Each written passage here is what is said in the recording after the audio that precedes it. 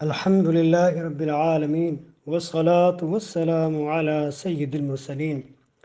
حضرت سیدنا انس بن مالک رضی اللہ تعالی عنہ سے مروی ہے، مدینے کے تاجدار، دو عالم کے مختار صلی اللہ تعالی علیہ وآلہ وسلم نے فرمایا، جو شخص جمعہ کے روز، جمعہ کے دن ناخن اور مونچھیں تراشے اور اچھی طرح یعنی فرائض اور سنت کا لحاظ رکھتے ہوئے غسل کر کے نماز جمعہ ادا کرنے کے لیے مسجد کی طرف جائے تو 1000 فرشتے 1000 فرشتے اس کے ساتھ ساتھ چلتے ہیں، نیز اس کے حق میں اللہ کی بارگاہ میں سفارش بھی کرتے ہیں اور اس کے لیے مغفرت کی دعا بھی کرتے ہیں۔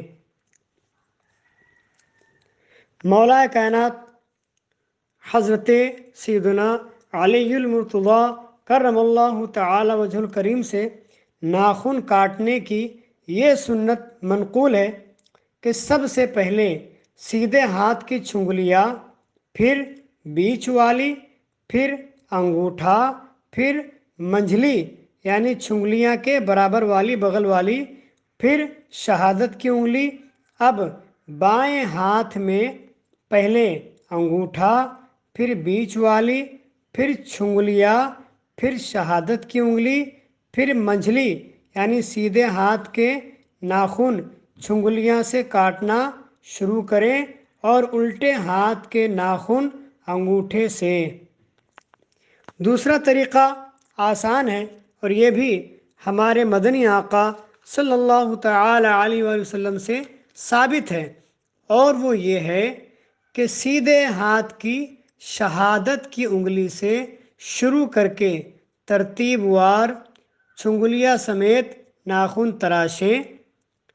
سیدھے ہاتھ کی شہادت کی انگلی سے شروع کر کے ترتیب وار لائن سے چھنگلیاں سمیت چاروں انگلیوں کے ناخن کاٹ لیں، مگر سیدھے ہاتھ کا انگوٹھا چھوڑ دیں۔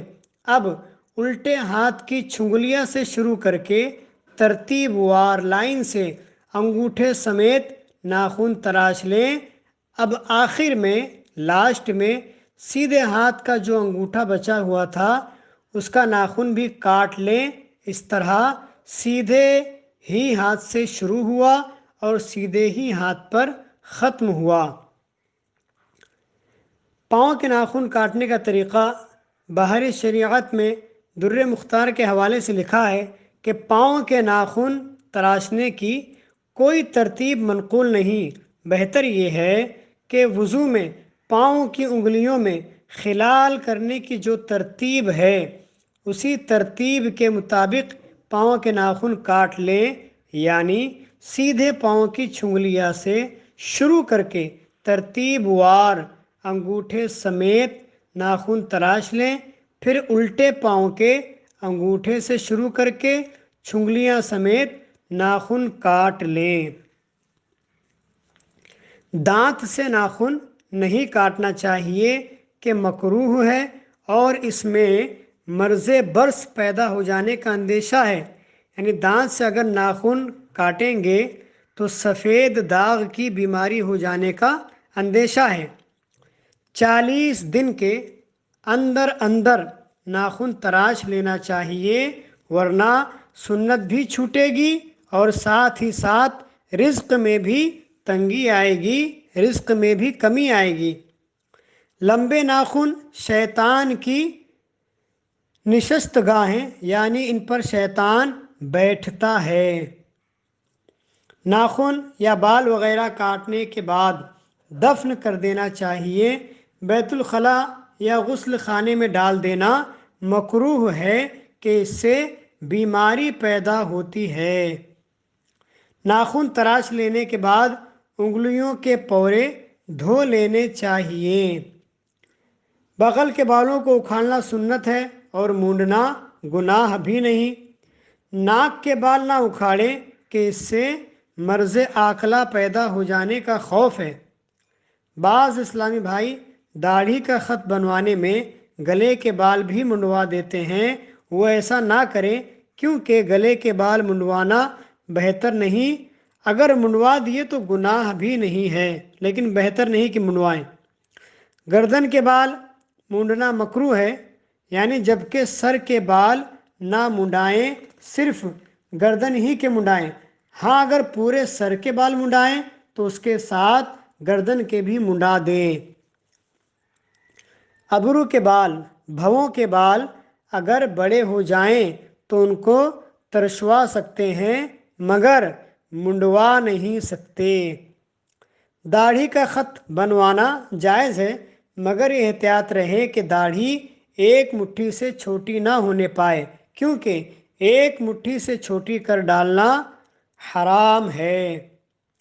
ہاتھ، پاؤں اور پیٹ کے بال دور کرنا چاہیں تو منع نہیں، دور کر سکتے ہیں، لیکن سینہ اور پیٹھ کے بال کاٹنا یا مونڈنا اچھا نہیں۔ بچھی یعنی نچلے ہونٹ کے نیچے اور ارد گرد کے بال منڈانا یا اکھیڑنا ممنوع ہے۔ داڑھی بڑھانا انبیاء کرام علیہ السلام کی سنت ہے۔ منڈانا یا ایک مشت سے کم کرنا حرام ہے۔ ہاں ایک مشت سے ایک مٹھی سے زائد ہو جائے تو جتنی زیادہ ہے اس کو کٹوا سکتے ہیں۔ مونچھوں کو کم کرنا سنت ہے، اتنی کم کریں کہ ابرو کی بھووں کی مثل ہو جائیں، اتنی نہ بڑھنے پائیں کہ اوپر والے ہونٹ کے بالائی حصے سے لٹکیں۔ مونچھوں کے دونوں کناروں کے بال بڑے بڑے ہوں تو حرج نہیں، بعض بزرگوں نے اس قسم کی مونچھیں رکھی ہیں۔ منہ زیر ناف، ناف کے نیچے کے بالوں کے لیے بہتر یہ ہے کہ ہر جمعہ کو صاف کیے جائیں، یہ نہ ہو سکے تو 40 دن کے اندر اندر تو یہ کام ضرور ہی کر لیا کریں۔ اسلامی بہنوں کے لیے بہتر یہ ہے کہ یہ بال اکھیڑ ڈالیں، اگر مونڈ دیں جب بھی گناہ نہیں۔ مرد کو چاہیے کہ منہ زیر ناف استرے وغیرہ سے مونڈ دے۔ اس کام کے لیے بال صفا پاؤڈر یا ویٹ وغیرہ کا استعمال مرد اور عورت دونوں کو جائز ہے۔ منہ زیر ناف کا ایسی جگہ پھینکنا جہاں دوسروں کی نظر پڑے ناجائز ہے، کیونکہ یہ ستر کے بال ہیں۔ جس طرح ستر دوسروں کے سامنے ظاہر نہیں کر سکتے، یہی حکم ان بالوں کا بھی ہے۔ منہ زیر ناف کو ناف کے عین نیچے سے یعنی ٹھیک ناف کے نیچے سے مونڈنا شروع کریں۔ جنابت کی حالت میں یعنی غسل فرض ہونے کی صورت میں نہ کہیں کے بال مونڈیں، نہ ہی ناخن تراشیں کہ ایسا کرنا مکروہ ہے۔ اسلامی بہنیں اپنے سر وغیرہ کے بال ایسی جگہ نہ ڈالیں جہاں غیر محرم کی نظر پڑے۔